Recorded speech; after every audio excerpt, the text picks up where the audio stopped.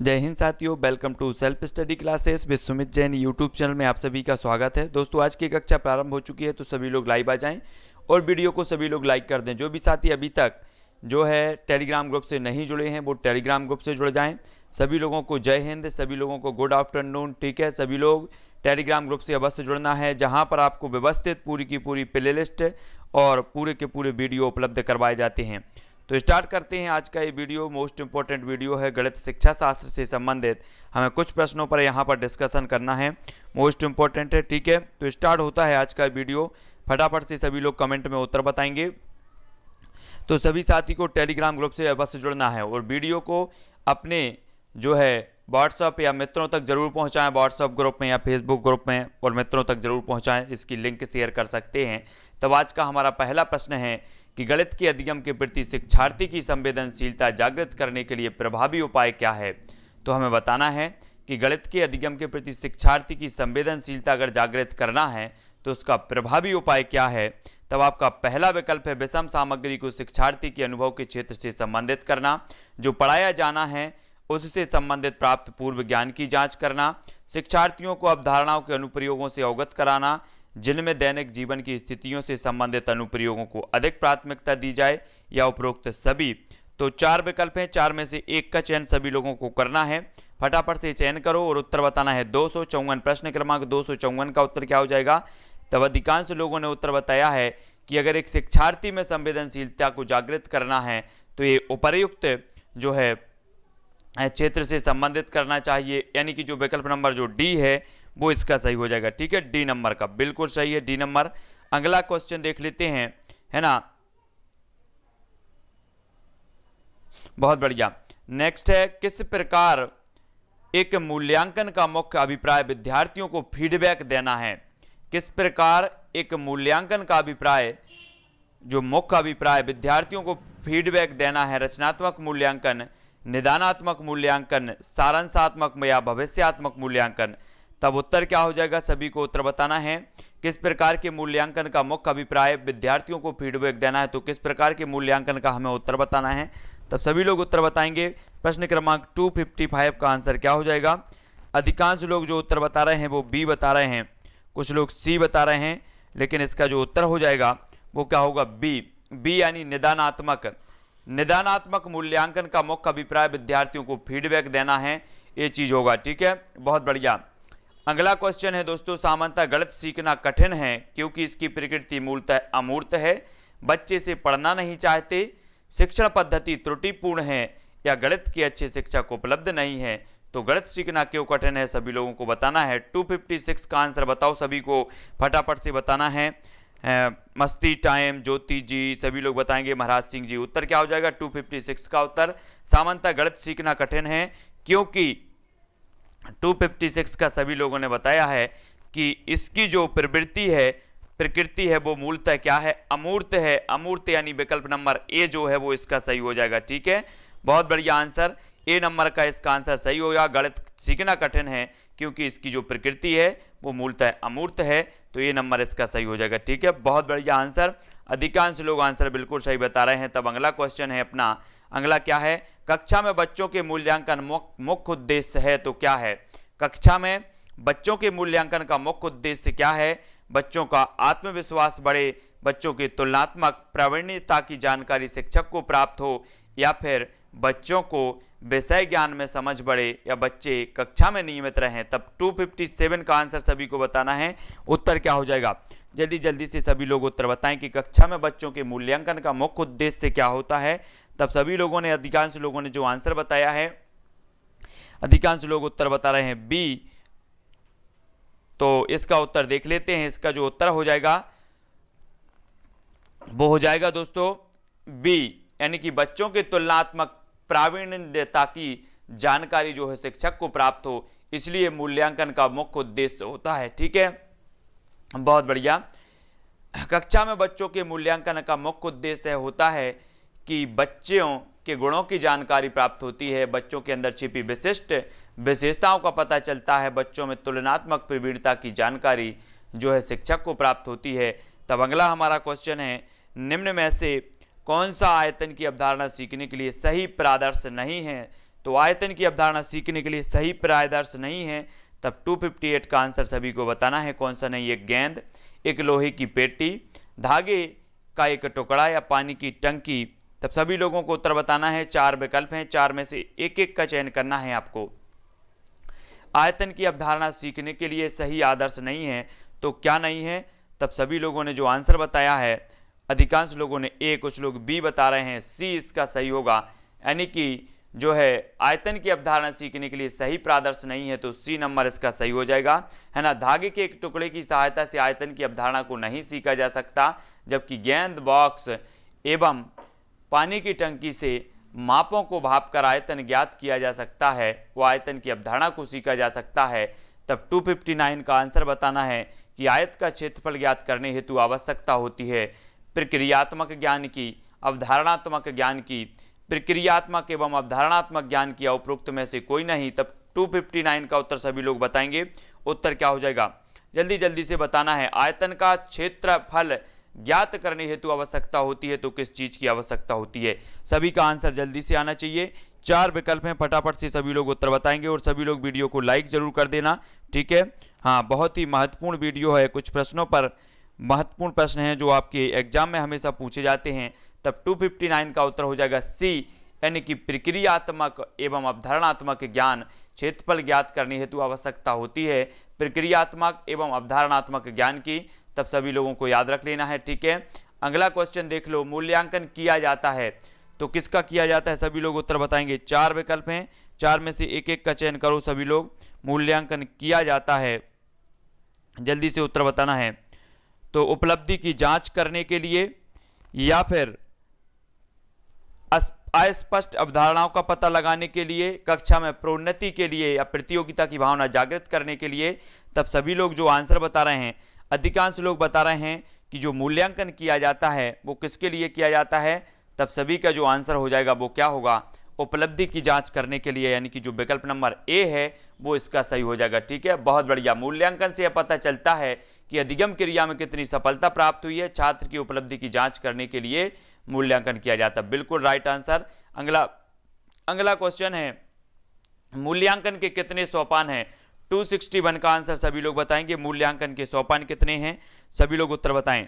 2, 3, 4 या 5 मूल्यांकन के सोपान बताना है सभी लोग। प्रश्न क्रमांक 261 का उत्तर हमें बताना है और मूल्यांकन के सोपान हमें बताना है।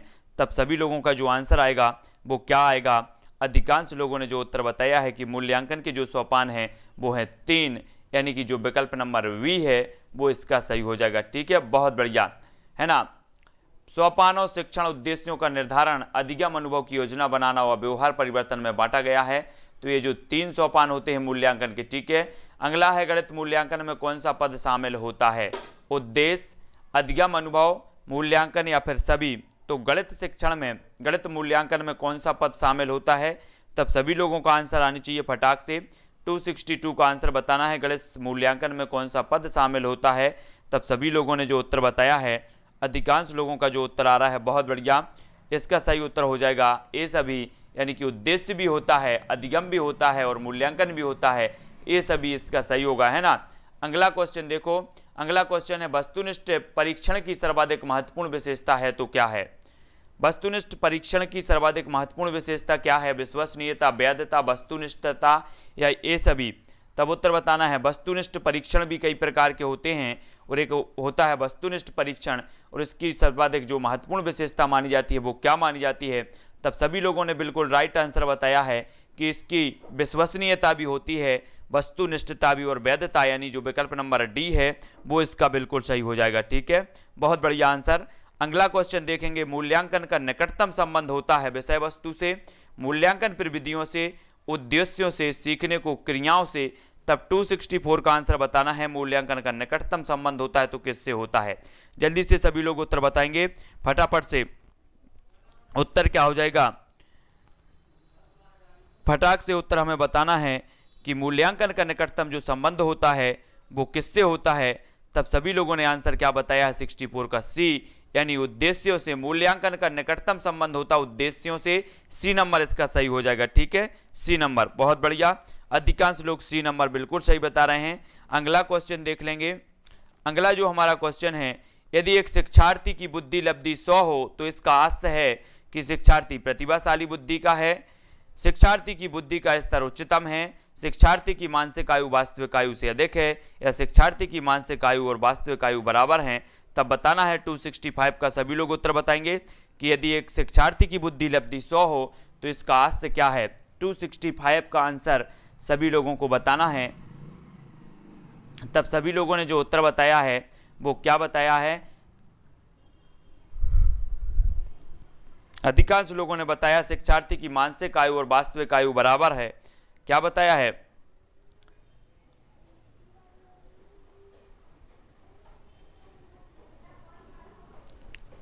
तब अधिकांश लोगों का उत्तर आ रहा है क्या कि शिक्षार्थी की बुद्धि लब्धि 100 हो तो इसका आशय है कि शिक्षार्थी प्रतिभाशाली बुद्धि का है, शिक्षार्थी बुद्धि का स्तर उच्चतम है, शिक्षार्थी की मानसिक आयु वास्तविक आयु से अधिक है, या शिक्षार्थी की मानसिक आयु और वास्तविक आयु बराबर है। तो शिक्षार्थी की बुद्धि लब्धि अगर 100 हो तो इसका आशय यही है ना। देखो यहाँ पर कि मानसिक आयु बटे क्या होता है, बुद्धि लब्धि IQ निकालने का, मानसिक आयु बटे वास्तविक आयु इंटू 100, तो 100 बराबर मानसिक आयु बटे वास्तविक आयु इंटू 100, तो बुद्धि लब्धि 100 होती है। ठीक है, सभी लोगों को याद रख लेना है। ठीक है, याद रखो, यदि एक शिक्षार्थी की बुद्धि लब्धि 100 हो तो इसका आशय है कि जो है शिक्षार्थी की मानसिक आयु और वास्तविक आयु बराबर हैं। तो देखो मानसिक आयु बटे वास्तविक आयु इंटू 100 बराबर बुद्धि लब्धि कितनी आ रही है, 100। तो याद रख लेना सभी लोगों को, बुद्धि लब्धि 100 होने पर शिक्षार्थी की मानसिक आयु व वास्तविक आयु बराबर होंगी। तो ये चीज आपको याद रख लेनी है। ठीक है, बहुत बढ़िया। अगला क्वेश्चन है, विकास 56 विद्यार्थियों की कक्षा को गणित पढ़ाता है। उसका यह विश्वास है कि यदि परीक्षा के तुरंत बाद प्रतिपुष्टि फीडबैक दी जाए तो वह प्रभावी होती है। वह 266 का आंसर बताना है। 266 सभी लोग बताएंगे 266 का आंसर क्या हो जाएगा। वह 10 बच्चों की एक छोटी कक्षा परीक्षा का आयोजन करता है। प्रभावी तरीके से प्रतिपुष्टि फीडबैक देने का सबसे अच्छा तरीका कौन सा है, तो बताना है जल्दी से 10 का उत्तर क्या हो जाएगा। प्रश्न क्रमांक 10 का उत्तर बताना है, सभी लोग बताएंगे उत्तर क्या हो जाएगा। सभी लोगों का प्रश्न क्रमांक 10 का उत्तर बताना है, जल्दी जल्दी बताएं। वह यादृच्छिक रूप से किसी भी एक कॉपी का चयन करें और बोर्ड की सहायता से उस कॉपी में उत्तर प्राप्त करने की जो है विधि पर चर्चा करें। वह विद्यार्थियों को एक दूसरे के उत्तरों की जांच करने दें। वह प्रत्येक सवाल के हल को बोर्ड पर समझाएं और विद्यार्थियों से कहें कि वे स्वयं अपने उत्तरों को जांचें। वह पूरी कक्षा के लिए चर्चा का आयोजन कर सकता है कि वे किन तरीकों से अपने उत्तरों पर पहुंचें और सही उत्तर पर पहुंचने की प्रभावी युक्ति कौन सी है। तब प्रश्न क्रमांक 10 का आपका आंसर होगा डी, यानी कि वह पूरी कक्षा के लिए चर्चा का आयोजन कर सकता है कि किन तरीकों से अपने उत्तरों पर पहुंचें और सही उत्तर पर पहुंचने की प्रभावी युक्ति कौन सी है इस पर। अगला क्वेश्चन देख लो। अगला क्वेश्चन क्या है, एक शिक्षक आकार पढ़ाने के लिए ऐतिहासिक स्थानों के भ्रमण की योजना बना सकता है, क्योंकि आकार पढ़ाने के लिए, आकार किसी भी वस्तुकला का एक अभिन्न हिस्सा होते हैं और इस तरह के भ्रमण सभी विषयों के आपसी संबंधों को बढ़ावा देते हैं। उसने समय रहते अधिकांश पाठ्यक्रम पूरा कर लिया है और उसे अवकाश उपलब्ध कराने की आवश्यकता है। यह गणित की रोजाना की कक्षा के लिए एक अच्छा अवकाश होगा और साथ ही संप्रेषण परक कौशलों में सुधार के लिए एक बेहतर अवसर है। क्षेत्र भ्रमण CBSE द्वारा अनुशंसित किए गए हैं, इसलिए अति आवश्यक है। तब 267 का उत्तर सभी लोग बताएंगे उत्तर क्या हो जाएगा।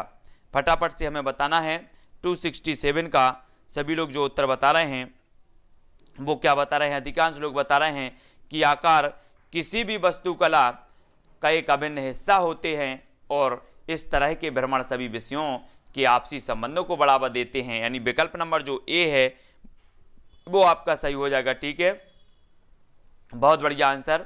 अगला क्वेश्चन है, निबंध प्रतियोगिता के आयोजकों ने यह निर्धारित किया कि विजेता को ₹100 का पुरस्कार मिलेगा और जो प्रतिभागी जीत नहीं पाए उन्हें 25 का पुरस्कार मिलेगा। कुल पुरस्कार राशि जो वितरित की गई है वह ₹3000 है।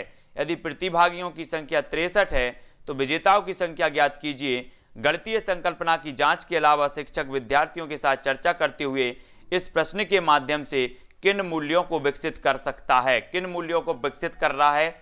अच्छा निबंध लिखने की योग्यता महत्वपूर्ण है। सामाजिक मुद्दों पर विचारों को लिखने का विकास नियमित आदत के रूप में किया जा सकता है और निबंध प्रतियोगिता में भागीदारिता के माध्यम से आप अपने विचारों को सार्वजनिक करने के अवसर को भी प्राप्त कर सकते हैं। जितना भागीदारिता से अधिक महत्वपूर्ण है, भागीदारिता अधिक महत्वपूर्ण है, तब सभी का आंसर क्या होगा, सभी लोग उत्तर बताएंगे। 4 विकल्प हैं और 4 में से 268 का उत्तर बताना है, तब सभी लोगों का जो आंसर हो जाएगा वो क्या होगा, वो होगा बी यानी कि सामाजिक मुद्दों पर विचारों को लिखने का विकास नियत आदत के रूप में किया जा सकता है और निबंध प्रतियोगिता में भागीदारिता के माध्यम से आप अपने विचारों को सार्वजनिक करने के अवसर को भी प्राप्त कर सकते हैं। यानी जो आपका बी नंबर है वो इसका सही हो जाएगा। ठीक है, बी नंबर, बहुत बढ़िया आंसर। अगला देख लेते हैं। अगला अपना प्रश्न है, अगला टॉपिक है शिक्षण की समस्याएं एवं शिक्षण सामग्री। ठीक है, इसके बारे में अब हम पढ़ेंगे। तो गणित शिक्षण के लिए सबसे प्रभावी सहायक सामग्री है तो कौन सी है। 269 का उत्तर सभी को बताना है, जल्दी से बताओ। सभी लोग उत्तर बताएंगे। गणित शिक्षण के लिए सबसे प्रभावी सहायक सामग्री कौन सी है। श्रव्य, दृश्य, चाक एवं बातचीत, इनमें से कोई नहीं, तब सभी लोगों का उत्तर क्या हो जाएगा। सभी लोगों का आंसर आ रहा है कि गणित शिक्षण के लिए सबसे प्रभावी जो सहायक सामग्री है वो है बी यानी कि दृश्य, यानी बी नंबर इसका सही होगा। उपरोक्त में से दृश्य सहायक सामग्री का प्रयोग गणित शिक्षक के लिए अधिक प्रभावी होता है ना। दृश्य है ना, श्रव्य दृश्य में दृश्य इसका सही हो जाएगा, बी नंबर इसका सही होगा। ठीक है, बहुत बढ़िया आंसर। अगला क्वेश्चन देखो, गणित में ड्रिल कार्य का मुख्य उद्देश्य तो क्या है। 270 का उत्तर बताना है। गणित में ड्रिल कार्य का मुख्य उद्देश्य नए प्रत्ययों को स्पष्ट करना, नए सूत्रों को समझना, गणना कौशल का विकास, ज्ञान का नई परिस्थितियों में प्रयोग करना, तब 270 का उत्तर हमें बताना है। उत्तर क्या हो जाएगा, सभी लोग उत्तर बताएंगे फटाक से। अधिकांश लोगों ने बताया है कि गणित में ड्रिल काल का जो मुख्य उद्देश्य है वो क्या है, वो है सी, गणना कौशल करना। सी नंबर इसका सही होगा। ड्रिल कार्य का जो मुख्य उद्देश्य होता है वो गणना कौशल करना होता है। 270 का आंसर हो जाएगा सी। ठीक है, सी नंबर इसका सही है। अगला क्वेश्चन देख लो। अगला क्वेश्चन है, घातांक का कार्य करते हुए एक शिक्षार्थी की नोटबुक में जो कार्य देखा गया वह इस प्रकार था, है ना। शिक्षार्थी को यह समझ नहीं आया कि खाली स्थान कैसे किया जाता है। तो आपको बताना है कि घातांकों का योग और गुणन, समान आधार वाली संख्याओं का गुणन, अलग आधार वाली संख्याओं का गुणन या फिर घातांकों का योग, तब 271 का उत्तर बताना है। सभी लोग बताएंगे कि शिक्षार्थी को यह समझ नहीं आया कि खाली स्थान कैसे किया जाता है, क्या कैसे किया जाता है, जल्दी से बताओ। ये उदाहरण दिया है और हमें उत्तर बताना है। 271 का उत्तर, सभी लोग उत्तर बताएंगे। उत्तर आपका क्या हो जाएगा, बहुत बढ़िया, सभी लोगों ने उत्तर बताया सी, अलग आधार वाली संख्याओं का गुणन। अलग आधार वाली जो संख्याएं हैं उनका गुणन, ये जो है कैसे किया जाता है, ये शिक्षार्थी को समझ में नहीं आया, यानी विकल्प नंबर जो सी है वो इसका सही हो जाएगा, सी नंबर का। ठीक है, बहुत बढ़िया आंसर, सी नंबर इसका सही है। अगला क्वेश्चन देख लो कि दिए गए रैखिक समीकरण 1, 2 और 3 में से शिक्षार्थी 3 को बीजीय रूप में हल नहीं कर पाया। शिक्षार्थी जिसे समझ नहीं पाया वह कठिनाई क्षेत्र यह हो सकता है। क्या हो सकता है ना, बताओ जल्दी से। ये 4 विकल्प हैं, 4 में बताना है। यहां पर 3 को बीजीय रूप से हल नहीं कर पाया, ये देखो उसकी कठिनाई क्या है, जल्दी बताओ फटाफट से। प्रतिस्थापन विधि द्वारा समीकरणों को हल किया जा सकता है, समीकरणों को ग्राफ विधि के द्वारा हल किया जा सकता है, 3 में दिए गए दोनों समीकरण उचित संख्याओं से गुणन करने पर परिवर्तित किए जा सकते हैं, या फिर 2 समीकरणों को हल करने के लिए उनका योग या व्यवकलन घटाना किया जा सकता है। तब आपका आंसर क्या होगा। अधिकांश लोगों ने जो उत्तर बताया है वो क्या बताया है, 272 का आंसर बता रहे हैं। क्या, सी, यानी कि जो 3 में दिए गए दोनों समीकरण उचित संख्याओं से गुणन करने पर परिवर्तित किए जा सकते हैं, यानी 3 नंबर इसका सही हो जाएगा। ठीक है, सी नंबर इसका सही होगा, सी नंबर, बहुत बढ़िया। अगला क्वेश्चन देख लेते हैं। अगला जो क्वेश्चन है वो क्या है अपना, वो देखते हैं। वो है दोस्तों, विद्यार्थी गणितीय समस्याओं को हल करते समय गलतियां करते हैं क्योंकि वे एक से अधिक पाठ्य पुस्तकें नहीं पढ़ते, उनका सामाजिक आर्थिक स्तर उनके निष्पादन को प्रभावित करता है। वे अर्थ निर्माण के अपने प्रयास में संकल्पनाओं का वैकल्पिक निर्वाचन करते हैं या फिर वे पर्याप्त अभ्यास नहीं करते। तो 273 का आंसर आपका क्या हो जाएगा?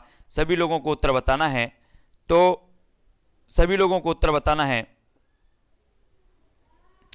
क्या होगा? विद्यार्थी गणितीय समस्याओं को हल करते समय गलतियां करते हैं क्योंकि वे, सभी को उत्तर बताना है। 273 का उत्तर बताना है।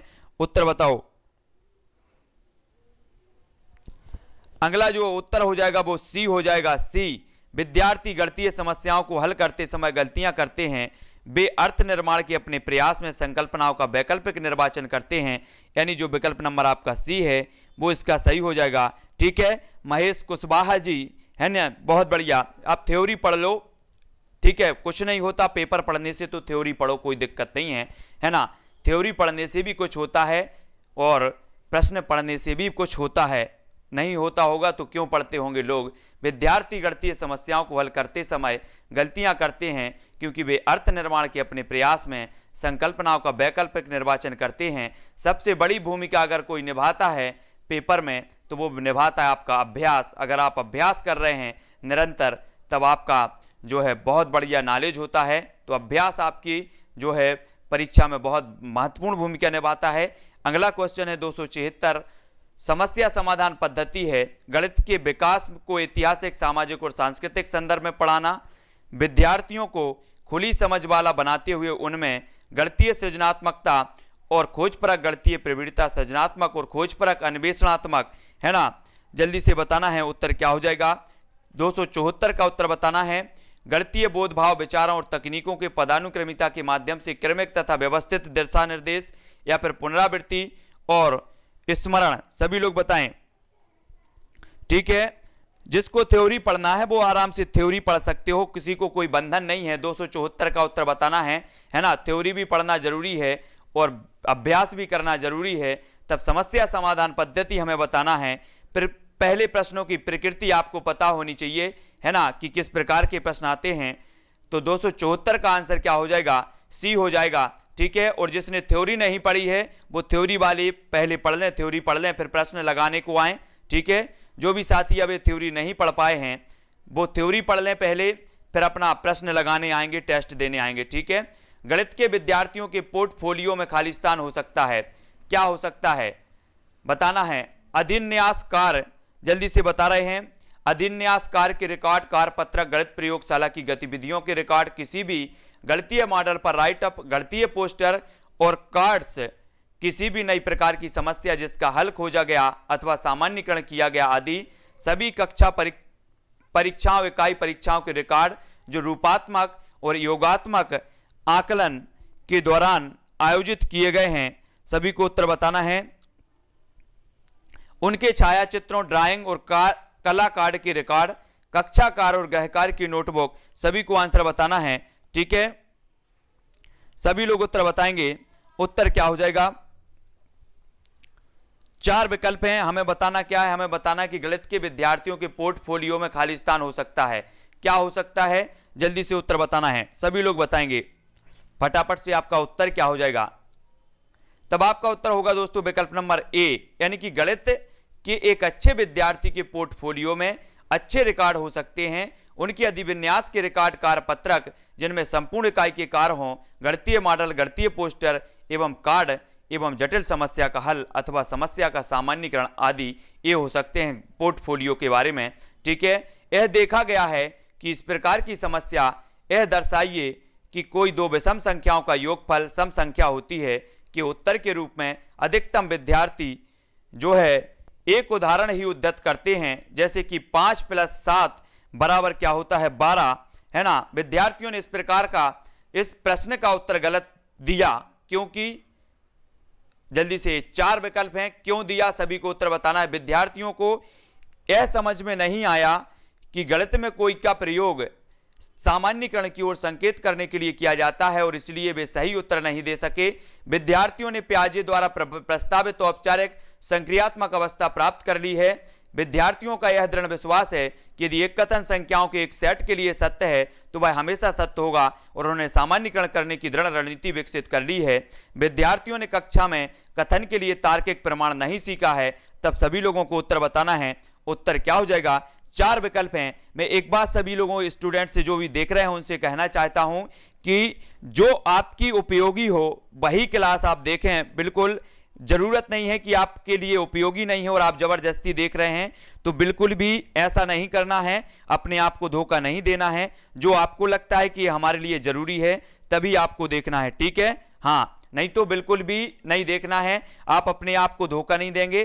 तो अपना जो उत्तर होगा डी, यानी कि विद्यार्थियों ने कक्षा में कथन के लिए तार्किक प्रमाण नहीं सीखा है। डी नंबर इसका सही हो जाएगा, ठीक है? बहुत बढ़िया। अगला क्वेश्चन देख लेते हैं। अगला क्वेश्चन है क्षेत्रमिति इकाई का योगात्मक आकलन खालिस्तान के द्वारा किया जा सकता है। 277 का उत्तर हमें बताना है। क्षेत्रमिति इकाई का योगात्मक आकलन खालिस्तान के द्वारा किया जा सकता है। तब आपका उत्तर क्या होगा? पेपर पेंसिल परीक्षा, आईसीटी गतिविधि, परियोजना कार्य या गणित प्रयोगशाला गतिविधि। तब 277 का सभी लोगों को आंसर बताना है। सभी लोग आंसर बताएंगे कि क्षेत्रमिति इकाई का योगात्मक आकलन खालिस्तान के द्वारा किया जा सकता है। तो किसके द्वारा किया जा सकते हैं? सभी लोग उत्तर बताएंगे। उत्तर बताना है, जल्दी से सभी लोग बताएंगे। 4 विकल्प हैं और 4 में से एक का चयन करना है। तब आपका आंसर हो जाएगा ए, यानी पेपर पेंसिल परीक्षा। ये क्षेत्रमिति इकाई का योगात्मक आकलन खालिस्तान के द्वारा किया जा सकता है। पेपर पेंसिल परीक्षा इसका सही हो जाएगा। ए नंबर इसका सही होगा, ठीक है? बहुत बढ़िया, ए नंबर का इसका सही हो जाएगा, पेपर पेंसिल परीक्षा। अगला क्वेश्चन है, कक्षा 8 का एक शिक्षक सभी प्रकार के चतुर्भुजों की विशेषताएं पढ़ाता है। इस इकाई के बाद कक्षा परीक्षा में शिक्षक चतुर्भुज का निर्माण करने से संबंधित समस्याएं पूछते हैं। कक्षा में से कोई भी परीक्षा में निष्पादन नहीं कर पाता, इसका संभावित कारण हो सकता है। तो क्या हो सकता है? सभी लोग उत्तर बताएंगे। सभी लोगों का उत्तर बताना है कि कक्षा 8 का शिक्षक सभी प्रकार के चतुर्भुजों की विशेषताएं पढ़ाता है। इस इकाई के बाद कक्षा परीक्षक में शिक्षक चतुर्भुज का निर्माण करने से जो है संबंधित समस्याएं पूछते हैं। कक्षा में से कोई भी परीक्षा में निष्पादन नहीं कर पाता, इसका संभावित कारण हो सकता है। तो क्या हो सकता है? 4 विकल्प हमें बताना है। तब आपका उत्तर क्या होगा? सभी लोग उत्तर बताएंगे। 4 विकल्पों में से 4 विकल्पों में से हमें उत्तर बताना है। 4 में से उत्तर आपका क्या हो जाएगा? तब सभी लोगों ने जो उत्तर बताया है वो क्या बताया? अधिकांश लोग ए बता रहे हैं, कुछ लोग बी बता रहे हैं। उत्तर आपका सही होगा दोस्तों। प्रश्न क्रमांक आपका 278 है और 278 का जो सभी लोगों ने उत्तर बताया है वो क्या बताया है? जल्दी से उत्तर बताओ। सभी लोगों का आंसर आ रहा है डी, यानी कि कक्षा में दिए गए निर्देशों और किए गए आकलन में अंतर है, यानी डी इसका सही होगा। कक्षा 8 का एक शिक्षक सभी प्रकार के चतुर्भुजों की विशेषताएं पढ़ाता है। इस इकाई के बाद कक्षा परीक्षा में शिक्षक के चतुर्भुज का निर्माण करने से संबंधित समस्याएं पूछते हैं। कक्षा में से कोई भी परीक्षा में निष्पादन नहीं कर पाता, इसका संभावित कारण है कि कक्षा में दिए गए अनुदेशों और किए गए आकलन में क्या है? अंतर है। ये चीज आपका डी नंबर इसका सही हो जाएगा, ठीक है? अगला क्वेश्चन देखेंगे। अगला जो अपना क्वेश्चन है वो क्या है? वो है दोस्तों कि पियोजेब्रा सॉफ्टवेयर की सहायता से शिक्षार्थी के द्वारा ज्यामिति की सभी अवधारणाओं को सीख सकते हैं। तो पियोजेब्रा सॉफ्टवेयर की सहायता से शिक्षार्थी खालिस्तान के द्वारा, किसके द्वारा बताना है? खोज परक उपागम के द्वारा, परिप्रेक्षा आधारित उपागम के द्वारा, परियोजना आधारित उपागम के द्वारा या फिर व्याख्यान आधारित उपागम के द्वारा। 279 का उत्तर हमें बताना है। तब उत्तर क्या हो जाएगा? जियोजेब्रा सॉफ्टवेयर की सहायता से शिक्षार्थी खालिस्तान के द्वारा ज्यामिति की सभी अवधारणाओं को सीख सकते हैं। तो किसके द्वारा सीख सकते हैं ज्यामिति की? तब सभी लोगों ने जो उत्तर बताया है, अधिकांश लोगों ने बताया ए, यानी कि खोज परक उपागम से। ए नंबर इसका सही हो जाएगा, ए नंबर, ठीक है? बहुत बढ़िया आंसर। जियोजेब्रा ज्यामिति, बीजगणित तथा कैलकुलस सिखाने का सॉफ्टवेयर है। यह एक इंटरैक्टिव प्रोग्राम है जो विद्यार्थियों तथा शिक्षकों दोनों के लिए उपयोगी है। ये सभी को आना चाहिए, ठीक है? एक शिक्षक शिक्षिका ने शिक्षार्थियों को 5 वर्ग देकर उन्हें जोड़कर बनाने वाली सभी संभव पंचवर्गाकार आकृतियों की संख्या ज्ञात करने को कहा। उसके उपरांत 6 वर्ग देकर उन्हें जोड़कर बनाने वाली संभव 6 वर्गाकृतियों की संख्या ज्ञात करने को कहा। इसी तरह आगे बढ़ने को कहा। इस प्रकार की गतिविधियां शिक्षार्थी की सहायता करती हैं। तो क्यों करती हैं? 280 का आंसर बताना है। सभी लोग उत्तर बताएंगे। उत्तर क्या होगा? अवलोकन कौशलों के सुधार करने में या फिर संख्या, पैटर्न और आकृतियों के बीच संबंधों की पहचान करने में, स्थानिक योग्यता का सुधार करने में, विश्लेषणात्मक योग्यता के सुधार करने में। 280 का आंसर हमें बताना है। सभी लोग उत्तर बताएंगे, है ना। कुछ विद्यार्थी हैं जो चाहते हैं कि सिर्फ हम सरल सरल पढ़ें कि पियाजे ने कौन सा संज्ञानात्मक सिद्धांत दिया है ना, वॉटसन ने कौन सा दिया है, वुडवर्थ ने कौन सा दिया है। ये सरल सरल पढ़ने से आपका उद्धार नहीं होने वाला साथियों। कठिनता से सामना तो करना ही पड़ेगा। जब तक आप कठिनता से सामना नहीं करेंगे, डरकर भागेंगे, तो आपका कल्याण नहीं होने वाला। तब 280 का आंसर हो जाएगा बी, यानी कि संख्या, पैटर्न और आकृतियों के बीच संबंधों की पहचान करने में बी नंबर इसका सही हो जाएगा। ठीक है, बी नंबर, है ना। अनिल सभी प्रश्नों के मौखिक उत्तर तो दे देता है, परंतु जब समस्याओं का हल लिखता है तो गलतियां करता है। उसके लेखन में गलतियों को हटाने हेतु निम्न में से कौन सी उपचारात्मक विधि सर्वश्रेष्ठ है? तब उत्तर हमें बताना है। जल्दी से सभी लोग उत्तर बताएंगे कि अनिल सभी प्रश्नों के मौखिक उत्तर तो दे देता है, परंतु जब समस्याओं का हल दिखता है तो गलतियां करता है। उसके लेखन में गलतियों को हटाने हेतु निम्न में से कौन सी उपचारात्मक विधि सर्वश्रेष्ठ है? उसे प्रतिदिन 10 समस्याओं का कार्य देना चाहिए, उसे श्यामपट पर समस्या हल करने को कहना चाहिए, उसे ऐसे कार्य पत्रक देकर रिक्त स्थानों भरने को कहना चाहिए जिनमें आंशिक रूप से समस्याएं हल की हुई हों, या उसे पूरे 1 महीने तक लगातार विद्यालय समय के बाद अभ्यास परीक्षा देनी चाहिए। तब आपका उत्तर क्या हो जाएगा? 281 का सभी लोग आंसर बताएंगे। सभी लोगों का आंसर फटाफट से आना चाहिए। तब आपका जो उत्तर हो जाएगा वो क्या हो जाएगा? 281, यानी कि सी इसका सही होगा। उसे ऐसे कार्य पत्रक रिक्त स्थान भरने को कहना चाहिए जिनमें आंशिक रूप से समस्याएं हल की हुई हों, यानी सी नंबर जो है इसका सही हो जाएगा। बहुत बढ़िया आंसर, सी नंबर सही है। अगला क्वेश्चन है, एक शिक्षार्थी किसी विशेष आधार पर छांटने में, पैटर्नों को पहचानने में, संख्या और आकृतियों को नई परिस्थितियों में जानना, समय बताना और मापन में परेशानी दर्शाता है, उसको निम्न में से किस समस्या के साथ डिस्कैलकुलिया हो सकता है? भाषा प्रयोग, दृश्य स्मरण, दृश्य गत्यात्मक संबंध समन्वय या दृश्य स्थानिक कौशल। तब हमें बताना है, सभी लोगों को बताना है कि गणित से संबंधित इस होता है डिस्कैलकुलिया। आपसे पूछा जाता है डिस्कैलकुलिया किससे संबंधित है, तब आपको बताना होता है। यहाँ पर आपको बताना है कि विभिन्न प्रकार की परिस्थितियां हैं और उनको जानना, समय बताना और मापन में परेशानी दर्शाता है एक बालक, तब उसको निम्न में से कौन सी समस्या के साथ डिस्कैलकुलिया है? तब आपका जो आंसर हो जाएगा वो क्या होगा? 282 का अधिकांश लोगों को उत्तर बताना है। सभी ने जो उत्तर बताया है वो क्या बताया है? वो बताया है डी, कि दृश्य स्थानिक कौशल में जो है डिस्कैलकुलिया हो सकता है। तो विकल्प नंबर डी आपका जो है वो सही हो जाएगा, डी नंबर का सही होगा। अगला देख लेते हैं, अगला जो अपना प्रश्न है वो क्या है, यहां पर देख लेते हैं। शिक्षार्थी दृश्य स्थानिक कौशल के साथ डिस्कैलकुलिया नामक विकार से ग्रसित है। दृश्य स्थानिक कौशल के अंतर्गत दृश्य पहचानना एवं विशेष स्थानिक समझ आता है, अतः प्रश्नगत समस्याओं में विशेष आधार पर छांटना, पैटर्नों को पहचानना, आकृतियों को नई परिस्थितियों में जानने की समस्या दृश्य स्थानिक कौशल में विकार दर्शाती है, तथा संख्या, समय बताना एवं मापन में परेशानी होना डिस्कैलकुलिया नामक विकास को दर्शाता है। डिस्कैलकुलिया गणना से संबंधित विकार है, ये चीज आपको समझनी है। ठीक है, आगे का अभ्यास अपन कल के वीडियो में करेंगे। ठीक है, सभी लोगों को वीडियो को लाइक कर देना। जिनको भी अच्छा लगा है वो लाइक जरूर करें, जिनको नहीं लगा है वो बिल्कुल भी ना करें, बिल्कुल भी कोई जरूरत नहीं है। जिनको अच्छा लगा है 5% अगर अच्छा लगा है तो वो लाइक करें। ठीक है दोस्तों, एक चीज और मैं आपको बताना चाहता हूं कि आप अपना पहले क्या पढ़ें, अपना सिलेबस देखें। सिलेबस के अनुसार जो आपका मटेरियल आपको जहां अच्छा लगता है वहां आप पढ़ें। बिल्कुल भी इतनी कोई की जरूरत नहीं है कि आपको जबरदस्ती किसी भी क्लास में लाया जा रहा है या किसी की क्लास में बैठाया जाता है। आपको जहां अच्छा लगता है, जो चीज अच्छी लगती है वो देखें। ये आपके लिए अच्छा है, आपकी पढ़ाई के लिए अच्छा है, आपके एग्जाम के लिए अच्छा है। ठीक है, जहां आपको अच्छा मटेरियल मिलता है वो चीज पढ़ें। बिल्कुल भी ऐसा नहीं है कि आप कहीं भी किसी के थोपा जा रहा है आपको कि नहीं आप तो यहां पढ़ना ही पड़ेगा, बिल्कुल भी वो नहीं है भाई। आपको जहां अच्छा लगता है कि सर हमें ये चीज अच्छी लगती है, क्योंकि आपको जो पढ़ना है वो आपको डिसाइड करना है। ठीक है, हाँ आपको डिसाइड करना है कि हमें क्या पढ़ना है।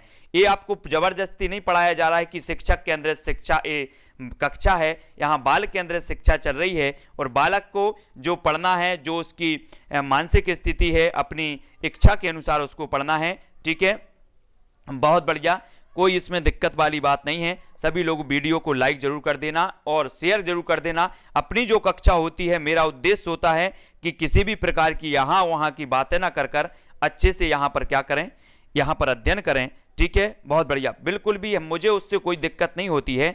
मैं सिर्फ इतना बताना चाहता हूं सभी लोगों को, सिर्फ इतना कि आप अपना सिलेबस देखें, अपने सिलेबस के अनुसार तैयारी करें।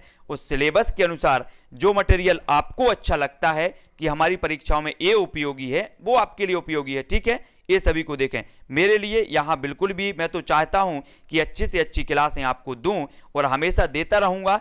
मेरे लिए बिल्कुल भी कोई कमेंट का कोई वो मतलब असर नहीं पड़ता। सिर्फ इतना कहना चाहता हूँ कि आप लोग अच्छे से पढ़ो, सिलेबस के अनुसार पढ़ो, अभ्यास ज़्यादा से ज़्यादा करो। ठीक है, और अपनी क्लासें निरंतर चलेंगी। ठीक है, आज के लिए बस इतना ही। वीडियो को सभी लोग लाइक जरूर कर देना, है ना, और शेयर जरूर कर देना। और ये जो बुक है अपनी जिससे हम अब अभ्यास कर रहे हैं वो टाइम्स की है, यूथ कंपटीशन टाइम्स की है। जो भी खरीदना चाहते हैं वो बिल्कुल खरीद लें। ठीक है, सभी लोग जो भी खरीदना चाहते हैं वे खरीद सकते हैं। वीडियो को सभी लोग लाइक करके शेयर जरूर कर देना। अपनी बिल्कुल नियत क्लासें चलेंगी। आज के लिए बस इतना ही। जय हिंद।